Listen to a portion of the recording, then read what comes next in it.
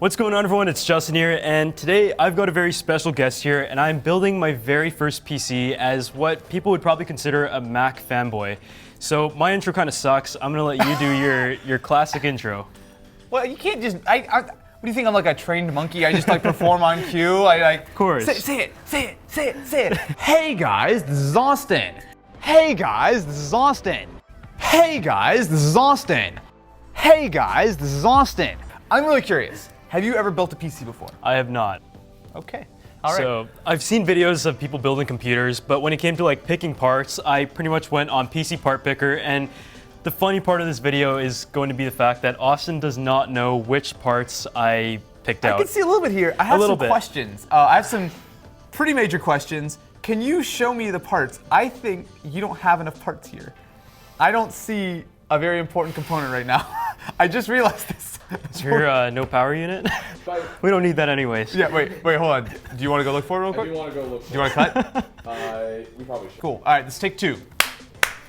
So either I forgot to order a power unit or it got lost in shipping, but we got one right here. No problem. We're gonna continue on and see which other parts I picked. Okay, be or confident, man. We got this. buy. Like, we can build this computer today. We need to hope it turns on and that it's not a complete piece of shit. No, you can't start like that. You have to start being excited. Like, this is an amazing computer. It's going to be awesome, and we got This thing's gonna compare with a $10,000 Mac, and at just $1,000 here, So the budget was $1,000. about $1,000. I mean, we went a little bit over, but approximately 1,000. That's kind of been what the target is for this first custom-built PC. Okay. Well, what all might do have we have? cheaped out in some categories, but I mean, everything looks decent so so far. here is the. I think that's a processor, or maybe that's a power What did unit. you? I'm really curious because I see a 1660 Ti. Yeah. What is this? This is a Core i5 96, an i5 9600K. Solid choice. Solid processor, 6-core, unlocked. I see we've got a liquid cooler here, so we can overclock if you'd like, but at the very least we have a solid CPU.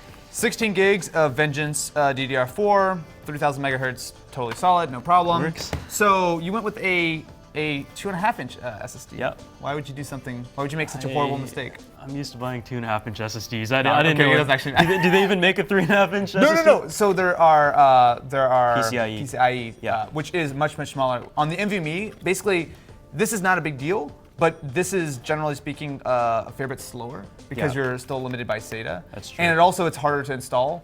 But you have to run 2 cables to it, and you have to like find a spot in your case. Whereas with an NVMe, you can just literally put it on the motherboard, 1 screw, and you're done. We don't have a power unit, so there should be plenty of room inside of that.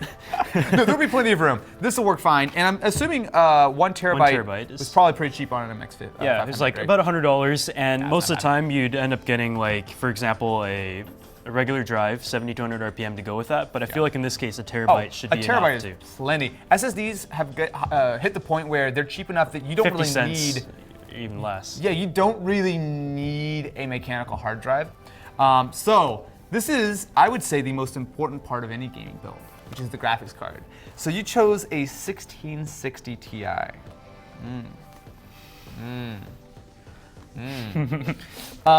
So you just basically just picked the whole thing on PC Part Picker, right? Yeah, went on PC Part Picker, made sure everything's compatible, and in terms of graphics card, I've heard this name thrown around before. I mean, NVIDIA, GTX 1660, and stuff like that. So I don't know. I think the packaging looks pretty nice. I'm going to point you to a very important letter. Okay. You see that G there? Yeah. So you want an R, because RTX is what real gamers use. GTX is what posers use. I'm totally kidding. I've never even heard of RTX. Oh, okay. So basically, it used to be that NVIDIA made GTX cards and they would go up, and that was pretty much it. However, now their lower end is GTX and their higher end is RTX. So essentially, it goes like GTX like 1650, 1660, then it jumps up to the RTX 2060, 2070, 2080. I see. I'd say this is fine. This will do 1080 gaming and a little bit of 1440p. But at this sort of price range, I probably would have maybe cut a little bit of budget on CPU, or especially I would have probably cut the all-in-one cooler and got like at least an RTX 2060. And how much more would like a decent RTX that for a build of this price would you recommend? So an RTX 2060 would be totally fine. I think how much was your cooler? I think it was about $70, $80. At $80, that's not bad. Yeah. It was about 60 for like a non-liquid $80 cool. bucks for a 240? I believe it was around. It was well under $100. So I was okay, that's actually not it was close bad enough then. in price that I thought this has RGB. It's got a double fan. So essentially, what you're doing here is you're setting up a solid system. CPU-wise, motherboard-wise, cooling-wise, like that's the harder component to upgrade down the line, right? So for video editing, it's a better setup than it is for gaming. And if I was to game more, I would probably want to go with like an RTX. Exactly. But the nice thing is that this is the more challenging thing to upgrade, because if you want to upgrade your CPU, you might have to change motherboard, cooling. This is going to be solid for years. When you're tired of this thing, you pull it out and you put another graphics card in, you flip this guy on eBay. Same with the drive. If I want to go to an NVMe, exactly. like so if you're going to invest in a first-time system, spending a little bit more money in the CPU and the motherboard and everything is generally a pretty decent idea. Speaking of that motherboard, what are we working with here? Amazon refurbished. Okay. You got a Strix board?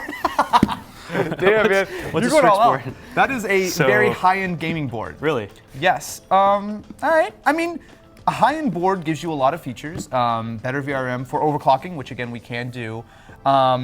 You've got RGB. It was a side of RGB. We tried to add RGB where we could. I know like the RAM, it probably wasn't worth spending to get RGB. I decided just to go with good performance RAM that I've been familiar with or heard of before. This was also a nice touch, but if it was any more expensive, I probably wouldn't have done RGB on the liquid cooler. But in this case, I mean, ASUS has been very well known for making good ASUS makes the best motherboards. Yeah. Easy. Yeah. So this right here looks pretty cool, and I feel like at this price point, you can either go two directions. You can get like cheaper parts, or you can also kind of source, use, refurbished, and try to put together a build. And is a motherboard a good idea to buy used? I would say generally no. However, Amazon refurbished is probably a little bit better. This is probably just a return. Yeah. Right? Like I doubt that this has been heavily used. I mean we can just open it up and see. I doubt, like this is probably in completely fine condition. Yeah. It's fine. Things. I bet someone literally took this out of the box and were like, oh, I don't like this. I want something else, whatever, they returned it. It's literally just got an extra piece of tape on it. Yeah. So I mean that's a pretty good looking motherboard. Yeah. We still have 2 extra slots for RAM, I believe. One with 2 8GB chips. And other than that, I don't really know where everything else goes. Oh, this is gonna be fun. What do you think of my choices so far? Have I made any very questionable decisions? I'll give you a B+. B+. Solid That's a higher choices. grade than I had in university, so. Well, then you just graduated, my friend. Yeah. No, parts are fine. I mean, PC Part Picker is obviously a great way to make sure that not only everything is compatible, but just get a decent deal on everything and just kind of make sure that you're not forgetting any major components like a power supply, but that's okay. That one might be us. That we may have lost it. That's like my biggest fear, like compatibility, because obviously I've heard of these parts before. I hear of like the NVIDIA line. I've also heard of like i5s, obviously, but I'm more familiar with laptops and like the mobile side with like LG Gram and HP computers and stuff like that, to the point where the desktop side is completely new to me. Yeah.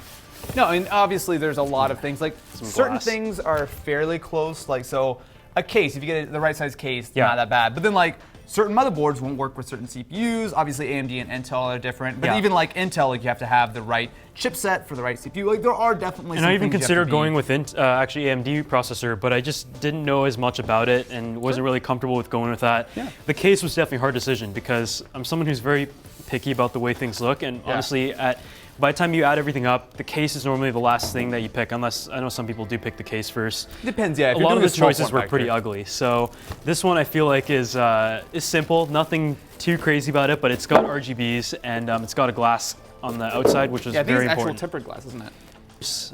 What is like your one, man. you don't go to? There's a lot of great cases. It just depends on the budget, the size. Generally speaking, though, cases these days are solid. Like there's a lot of cheap cases I use because we do so many like super budget builds, but I mean, there's very few times where I'm like, oh, this is actual trash. This is especially a nice system. I've actually never built in one of these before, but I mean, it looks pretty cleanly laid out. I like the smoked glass. It's kind of just, it adds a little bit. Look. What are some good characteristics of a case, aside from like proper mounting, proper space, ventilation? Cooling's important, right? So making sure that you have a solid layout. A lot of old school cases will be a little bit longer and they'll have like a million drive bays up front. Yeah. That's very much an older school. Or you can like switch them out more easily and just take out capped with screws. That's nice. You can't lose these stupid thumb screws on the side. I didn't know the case came with a fan built in. 3 of them. Yeah. So you've got plenty of intakes. So you have 3 of them on the front, 1 on the back. 120 RGB, as well as you also have an exhaust. This is actually a ton of cooling for a case. Most of the time, you're like 1, 2 fans for the most part. Yeah. You actually don't necessarily really need to add any extra cooling. So obviously, we're going with a liquid cooler. I will say, liquid cooling, I'm not the biggest fan for most builds, right? So if you're not overclocking this, a liquid cooler is straight up not necessary, right? Like that's really only if you want to get, well, for visuals. Yeah. It's helpful if you're overclocking. It's helpful if you really want to get like super low fan noise. But for most builds, I actually recommend going with an air cooler. So especially if you're going with a little bit of a lower end system, like getting like the stock cooler comes with like a Core i3 or a Ryzen 3 is totally fine. When you step up to this kind of stuff, I would generally go with like a Noctua cooler or something. Yeah, the Noctua is one that I saw. Definitely not the pretty. They're ugly as hell. I don't know why they don't make it in like a black, just a full black color, but that thing is like a cream color. Finally convinced them to make something like that. But it was like a cream colored / like brown. Classic. Okay, so the first thing I usually do is just get the case up and running. Now, there's a couple things we can do since this is now. Wait, you pulled this out of our PS5. Why did you? Wait, hang on. No, we're not using this power supply. You don't need this power supply. So I guess we're just not going to have a power supply. No, I have a different one. You can have a different supply. You can't take my nice supply. I need this. This is more like it. 600 watt power supply should be totally same one fine. that I went with. Oh, is that really? Yeah. No, not the exact same one, but 600 watts. I was going to go with the 500, but I was told to go for a 6. Well, it depends if you're overclocking. 600, I think, is probably a little bit of a safer bet, especially considering this is at least bronze. It's not a super high-end supply, but for a system like this, build, totally fine. Got plenty of cooling and everything. So how much higher should I go in terms of wattage compared to like the calculation of everything else? So if, say the whole computer, I think this computer is around 350 watts when I put it together on PC Part Picker. Is it ever smart to go like with a 350 exactly, or never go with a 5 exactly. or 6? Not just because of the initial sort of setup, but also one of the things is that it will degrade over time, right? So this supply, which pushes out 600 now, might push out 500 3 or 4 years from now, right? So you always want to have some headroom there. Yeah. And also, you don't really generally want to run a power supply at 100% very often, for sure, right? Because that's taxing it. Like you want to have some headroom there. So I usually try to aim for 20 to 30% above 100%. My max spec, and that's including like, maybe I'll upgrade this to a 2080 on the another 50 watts, or whatever. Like I always try to get a fair bit of headroom, because usually speaking, it's not that much more expensive. Oh yeah, it's like $20. You can get yourself like, there's a lot of models. There's like 5, 6, 750s. And there's also different. So something else you should consider with power supplies is not just purely that number, but also the 80 plus rating. So there's 80 plus, bronze, silver, gold. Like you can go all the way up to titanium. You usually don't need to go for like super high-end builds, but I usually recommend at least get 80 plus. Aim for bronze, silver, gold. Those are generally good. But if you don't have an 80 plus sticker on it, you bought a ticking time bomb. That's good to know, because most of the time, like looking at a PC build like this, and as someone who's building a computer for the first time, a lot of it's based on. We would have needed another one. You're just gonna drop it. A lot of times you go by like visuals, you're like, okay, GTX, you go by the number, i5, look at the cores, and you also pick like a nice motherboard and some RGB stuff, but I feel like a lot of people will cheap out on the power supply. It's like, okay, it's something that's living on the bottom of your computer, it doesn't seem too important, they probably do the same thing, so it's good to keep in mind that if you don't get a good power supply, what are some of the things that can happen to your computer? It can explode. I say that half jokingly. Power supplies can actually like break and smoke, and theoretically, can they fry the entire thing from the really motherboard bad destroyed? One could, yeah. I mean, it's not as big of a deal these days. I mean, you'd have to have like a really garbage supply to like wreck stuff, but it's possible. At the very least, you can like, if it's not running with enough power, you'll like get crashing, or the supply can straight up die. Like, a lot of issues. Go for a reputable brand, Corsair, EVGA, a couple great And that's examples. something that will last for the life of the computer for the most part. You can use it on your next build. And plus, it's another thing is when you come to do upgrades, having a better power supply than you need is nice, because it's a pain. You don't have to buy it again. Exactly. If you already have the power supply in the system, you don't have to like tear everything out. Yeah, exactly. For sure. So go with something decent. This is probably lower range, but it still should be fine. I would have no problems with this for the build. So would you actually like to install the power supply? You don't think I'm going to do all this for you, right? I'm here to guide you. I'm your Yoda. You have to actually do it yourself. I honestly don't even know where. I'll take my first guess on each part to see how to put this in using the tools that we have. I will give you a hint. We're going to have to speed this up like 15x. No, it's fine. It's fine. For this supply, you want the fan facing down. That would be my little hint for you. Uh-oh. The fan facing down. Ah, look at this guy. There you go. That is correct. I originally thought there was a nice little slot right there that I could find. So some cases have the power supply mounted on top, some have it on bottom, and then some like this have it on bottom, but there's a shroud, which means it has to go on the back. But you probably do want it to be in the bottom because it's kind of ugly. It totally depends on the case. But yeah, generally speaking, I mean, obviously your supply is all hidden, as well as all your cable. Rotate the, So I actually don't have the screws that came with this power supply. We'll get a little creative with that. But essentially, if you look around here, you just want to line up with these screw holes. we can use these. Well, there should be like an extra one or two. Or we can just screw in two of Don't them. try this at home, ladies and gentlemen. But yes, you can use similar looking screws. It'll be fine. It'll stay in place. It's no problem. Just you ignore what I'm doing. You do your do cable things. I'm gonna Cable? Yeah. Uh-oh.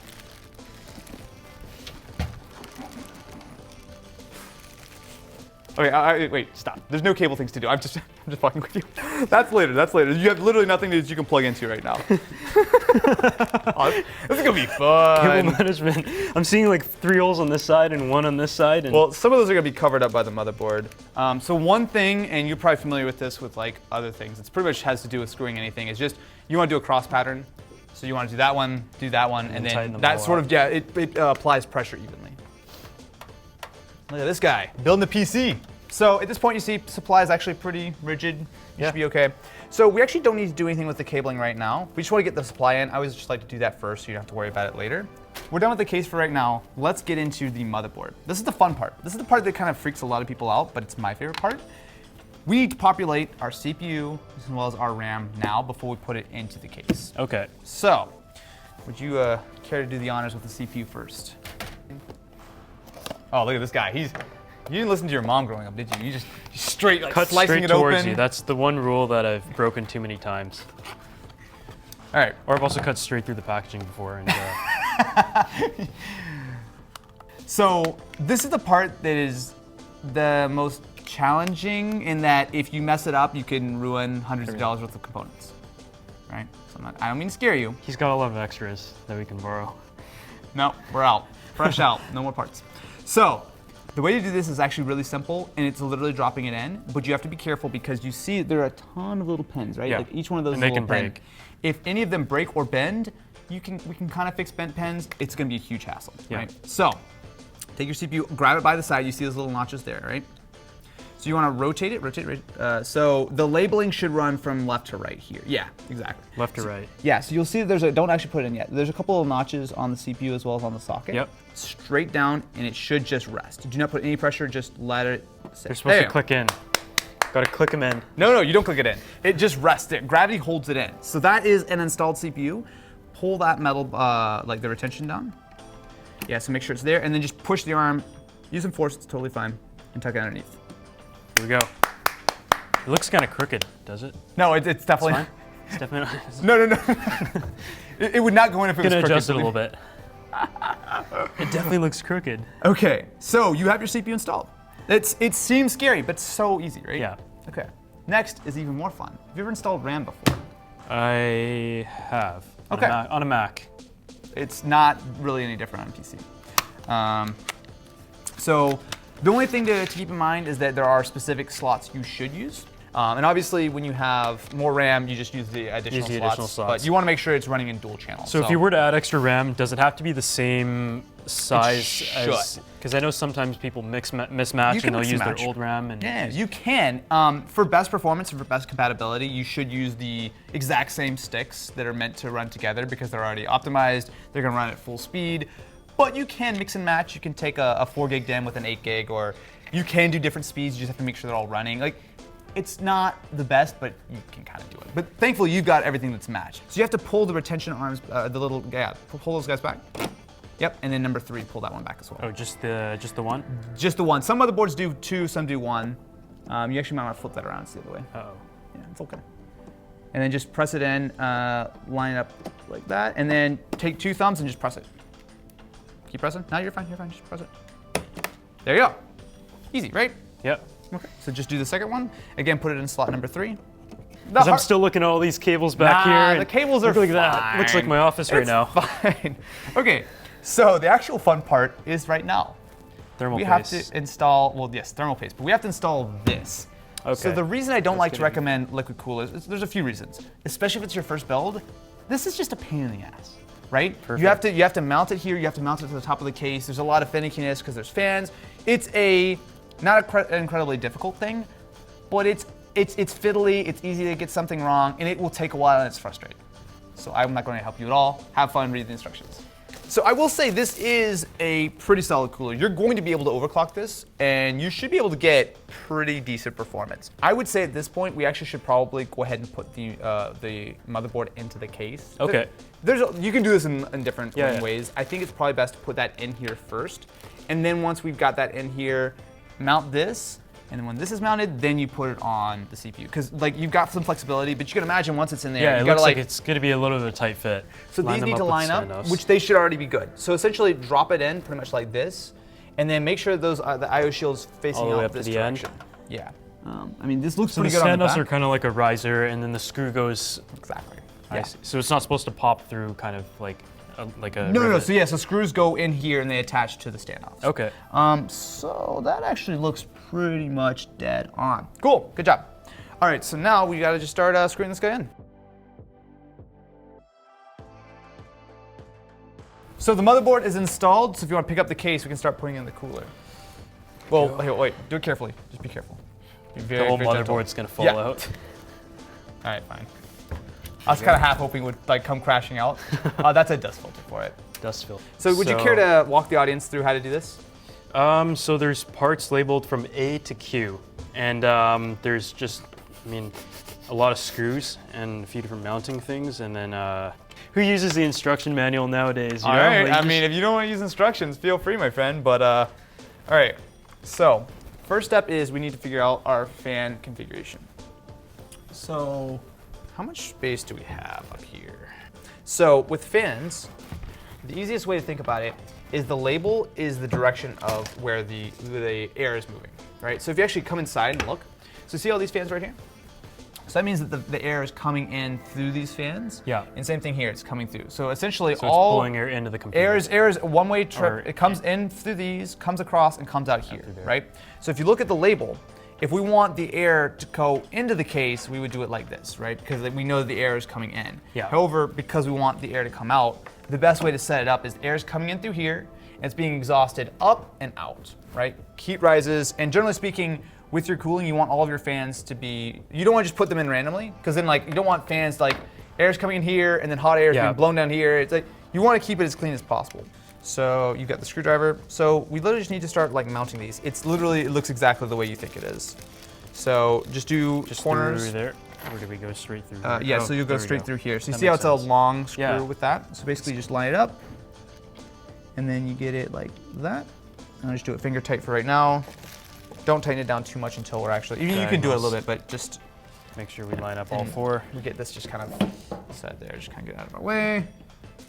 Put this, is the screw the right size? I think this is the right one. Screws in here too. What's up? Uh-oh, oh no. See, this all could have been avoided if we got a nice little air cooler. Ugly little air cooler. We would have been done 5 minutes ago already.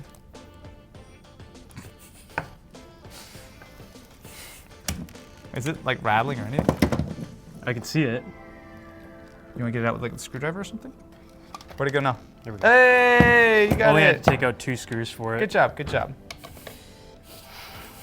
Let's hope that doesn't happen again. It will probably happen again. It's very, very safe bet. So I think we're gonna want to run it this way, so the cables can run down the back and do whatever. That is probably gonna be the hole we're gonna run them through. So you actually can just slide it through, just get them out of the way, yeah. Now that we're, I would say about halfway through, maybe a little bit farther, how are you feeling about your first PC build? I mean, it looks much better than I expected. Yeah? That was the kind of worry that it would look kind of funny, but it looks like everything fits in. I had no idea where this thing was gonna go up until it came. Because I mean, you see like really small pictures online of like the case and it says it's gonna fit, but you never really know if there's space for everything to go where you want it to go. Yeah. So I think so far it looks like everything's coming together, and it's good to know that the main piece, the motherboard, is not a bad one. Well, you say that. We don't actually know if this thing turns on. Theoretically, we could hit the power button and nothing could happen.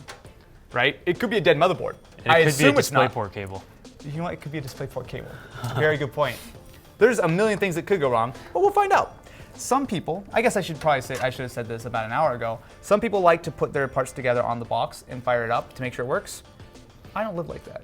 Are you ready for the most important part of the build? Yes. After the putting the thermal paste on, right? Is that the most important? Okay. So the most important part here is putting the correct amount of thermal paste. Okay. So what we should do is just follow the instructions that you should put a grain of rice. It's less than you think. I'll tell you if you need more, but just literally take it and put a little squeeze right in the middle. That's messy. It's thermal grease. It's fine. So literally, like right in the middle, just like a little squeeze. I'm serious. Like it's less than you think, and you can always add a little bit more. Oh, okay. Well, that's oh no! Don't do it that fast. Oh, God. You got thermal paste on the motherboard, man. Oh. Here. Oh no, this is bad. It's okay. It's all right. It's your first time. Whenever. Is that enough, or do you want me to put That's more? way too much. It's okay. Okay, we got this. I'm gonna grab a tissue. I'm gonna wipe off the excess. Now, putting a little bit too much paste on is fine. That's, I think, a little bit more than I'd be comfortable with, though. And it's still a little bit too much, but I'm gonna say that's probably fine. All right. Yeah. I might need that yeah, go for it. All right. It's okay, man. It's okay. It's okay. We're fine. We're fine. We got this. We got this. So we'll your hold job. this in the back. Okay. Do you want to screw or do you want to hold? I'll hold. Okay. All right. Before I get thermal paste on anything else. So we're having a friend is helpful. So yeah. So the one. Don't get any shots of what that thermal paste looks like. Okay. So basically, when you do it, make firm contact and don't let it move, because if it moves, then the thermal paste will start to slide, right? You want to spread the thermal paste. No. The pressure as we screw it will do it. So just line it up, make sure it's in the middle hole on all three, and then just make firm contact. So you just want to like nice even pressure, just kind of go around a couple times, make sure that we're all nice and tight. But that should be pretty good. That is definitely not going anywhere. And it looks like the thermal paste is probably fine. I can't see any like oozing out. So with that, you have a CPU cooler installed. That is probably the most annoying part of this entire build. Oh, for sure. Especially if you drop the screw in the radiator. Or you get thermal paste on everything. Yes. So let's just tuck these cables. Again, I'm just gonna run them all through the back. We'll deal with that later. I just wanna get them out of our way right now.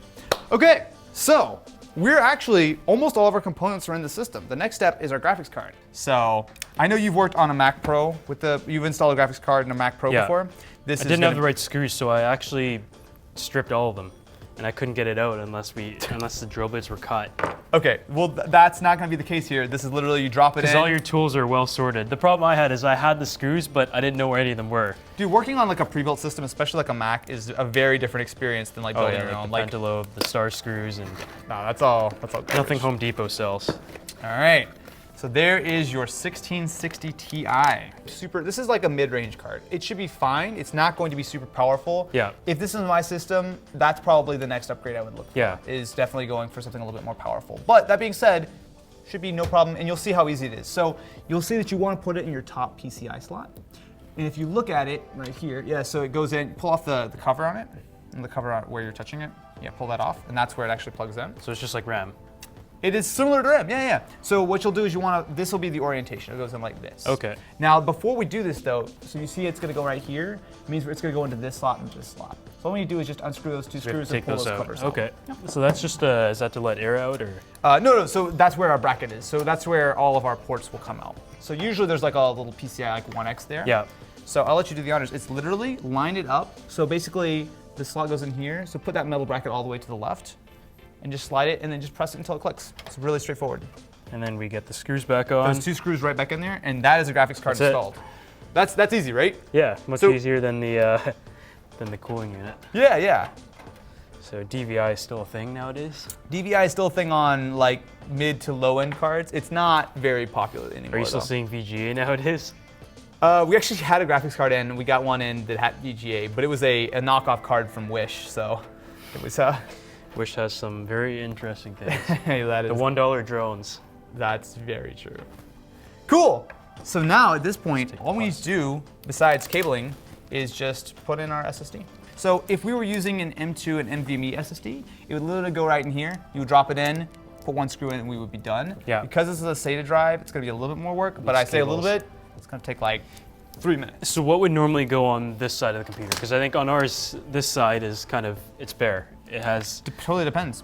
So like in some drive bays? cases, you can add drive bays. Some cases have that pre-installed. A lot of cases these days have that open for pretty much whatever you want. So some graphics cards are long. Sometimes if you're doing a full custom water loop, you might put like your reservoir in here. There's a lot of different things you can do, but generally speaking, with a build like this, there's nothing there. You can add stuff if you want, but generally speaking, that's just empty space. It's just sort of whatever you want to do in the future if you want to add more stuff. For your SSD, there's a couple places that we can mount it. So if you'd like, if you actually want to display it, we can literally put it right here. So the cable will run down. Yeah. That's probably the best way. You could also put it on the back, but it does get a little bit in the way of your cable management, or we could put it in here. Kind of up to you if you want to display it or not.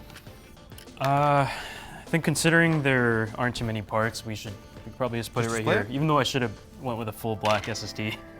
No, the silver one kind of sticks out a little bit. It's okay. So you can imagine it's gonna look basically like that. That works. You good with that? Sounds good. Okay, cool. So SSDs are pretty easy to install. With this one, we just literally need to unscrew the screw. Probably should not put the graphics card in before I did this. In fact, I think I'm gonna take the graphics card out because I can't reach it. Okay, so just set that here. We'll put it back in after we're done with the SSD. It's labeled too. SSD Yeah, exactly. For 2.5s? It's exactly for 2.5s, yeah. So all we need to do is literally line it up. Line it up like this. It should have a few screws. So we can put the graphics card back in, but actually let's just leave it out for a minute because our next step is going to be cabling. At this point, not counting our graphics card, everything is installed. Well, I just realized, well, hold on a second. What kind of, what? Why does it have the second fan when almost the entire second fan is blowing on nothing? Oh, wow. You see that? I've never seen a shroud like that. Like they just definitely made this shroud and just dropped it on. Another model and just threw it on. Yeah, like I mean, look, that's all that is just wasted. That's interesting. It's cooling the rest of the computer. It's cooling my SSD. Yeah, there you go. So at this point, all we need to do is cable the system up, put our graphics card back in, and you will have a functioning gaming PC for the first time. Oh, it'll work. You have to have the confidence, man. The only thing that's refurbished in this entire thing is the motherboard. Which looks brand new. I don't think you're gonna have a problem. I really don't.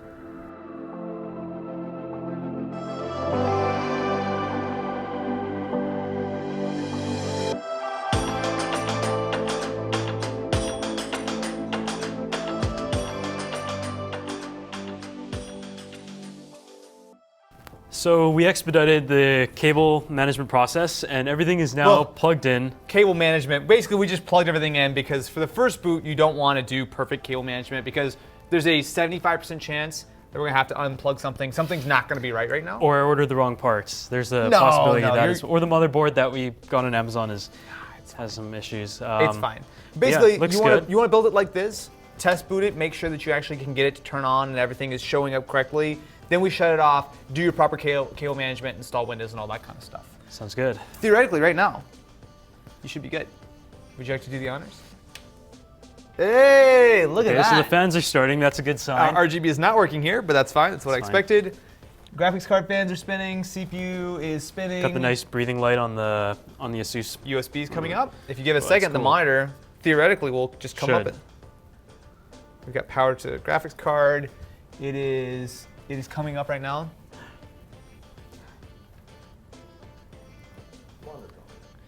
The monitor should come up. Just give it a second. Yeah. So you see right here, the motherboard, the little white VGA light. Yeah. It's just trying to fire up the graphics card. The graphics card is getting power right now. What happened was that our HDMI, well, we swapped out a couple things, but the DisplayPort cable wasn't plugged into the monitor, and then we switched over to HDMI, and that wasn't plugged into the backup computer. So I'll say that'll be chalked up to user error. Best case scenario, though. It was, it was just down to a cable issue, and everything seems to be fine. Everything's plugged in. Yeah, so we see our 16 gigs of RAM. We see no SSD. That's not good. System cannot find any bootable devices. Okay. So, all right. So main things I want to do right now, I want to put the graphics card back in. That shouldn't be a problem. We need to sort out our SSD. Also, I did realize that the fans were put in backwards, but that's fine. That'll take no time to fix. So that's pulling air in. Yeah, it's working, but if you feel it's sucking it in from the top. We actually want to flip those fans, but literally we just unplug, flip them. It's gonna be a little bit of a hassle, but I don't think it's gonna be the end of the world. Oh wait, I say that. Our SSD is actually showing up here. Awesome, that's good to see. So that's 1 terabyte of solid state storage from Crucial, and All the fans are showing up right now? Yes, so we have these 2 fans as well as the pump, which is all working. One of the fans is running a little bit faster than I think it should, but that's something we can tune down. So after correctly plugging in the cable to the monitor, we now have a working computer. So everything seems to be showing up fine. We have our SSD, we have our 16 gigs of RAM. So the next thing is I'm going to put the graphics card back in. And then besides cable managing, I did realize that these fans need to be flipped. We did put them in upside down, no big deal. Otherwise, everything looks like it is good to go. We plugged in our DisplayPort and HDMI, and it seems like that was hopefully once it's plugged in, we shouldn't have any graphics issues. And hot tip: when your computer isn't plugged into your monitor, it's difficult to get a video signal. So yeah, so besides flipping the fans and putting the graphics card back in, I want to do a little bit of cable management. We don't have RGB up on the front, which I can fix, but besides that, I think we're good to get this thing going.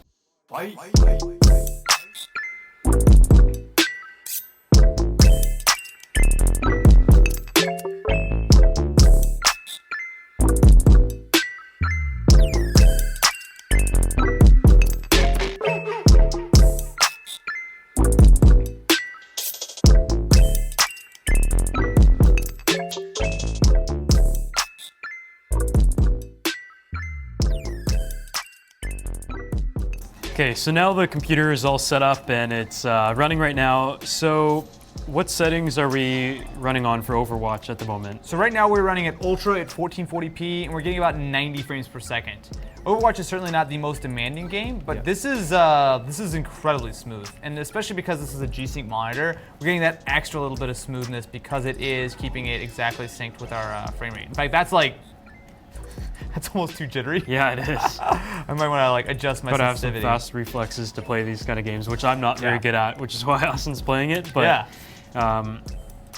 90 frames is pretty solid though in general. 90 frames is incredibly solid. And if we want higher, we can very easily bump it down to 1080p. And because you've got that Core i5, we could probably run it at close to 120 to 140 FPS. Yeah, if we really want it. What would be like an ideal minimum, you would say? Generally speaking, you want to aim for 60 FPS in most games. Yeah.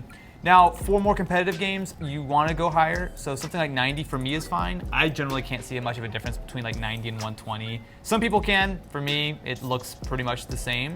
But you can see, I mean, try it. Feel how responsive it is. We'll kind of walk around and see. That's crazy. That's right. Like it's like really over the top. You have to be really good at this game to be able to keep up with. I do think the mouse sensitivity is a little bit high. Yeah. But you can see just how completely butter smooth that is. Smoother than any gaming experience I've tried on like a laptop or well, obviously like laptops are thermal throttling and this is. It's nice, right? Surprisingly, for $1,000 on a computer, I didn't think we'd be able to get something that can play in 1440p at 90 frames per second. Yeah. Now, mind you, some games or most games are a little bit more demanding than Overwatch, so you won't be able to run at these settings for everything. But I mean, this is still a good amount of power. Is there anything we should do with it? Yeah, man, I think this is a successful PC build. Like, I think that there's a lot. That was quick. But no, man, I think this especially for your first PC build, you did a good job, man. You learned everything. Huge thanks to PC Parts Picker. Yeah, of course. Guided me through the process of making sure everything was compatible. But I think the computer overall looks good. Obviously, there are things that so of course there are always things that you can customize, like the colored cables and like RGB setup, and having that all curated to the way you like it, like with like the red, for example, with the Asus motherboard and everything. Much customization. But in terms of like performance, I am honestly a little bit surprised as to how well it's performed. So now my first custom computer, whether it's for gaming or productivity, is now built. A huge thanks for all the help because I have no idea what I'm doing, clearly. You did a good job. But here it is, up and running. What do you think of the setup from a gaming or productivity perspective, whether it's better for one or the other? Yeah, so it's probably a little bit more aimed at gaming PC. I mean, you can certainly do like real work on it, but if you wanted to make it more of a video editing machine, I probably would have changed a couple of things, like a little bit more RAM, probably like Core i7 or something. But for gaming, especially given the price, I think you did a solid job. Main tip would be a different power supply that actually shows up from Amazon would be nice. And also switching that SATA SSD out with an M2. But I mean, those are fairly minor things. Generally speaking, with RTX. Yeah, depending on what you want to do, RTX is probably the move for a sort of more higher end system like this. But and maybe not doing water cooling or liquid cooling for my first PC. I think air coolers are generally good, but honestly, I mean, these are almost like, it's not like it's not going to work. These are like preference things, right? Yeah. So I think you did a solid job, man. Yeah, so what are some tips that you have for people who are building their very first custom PC?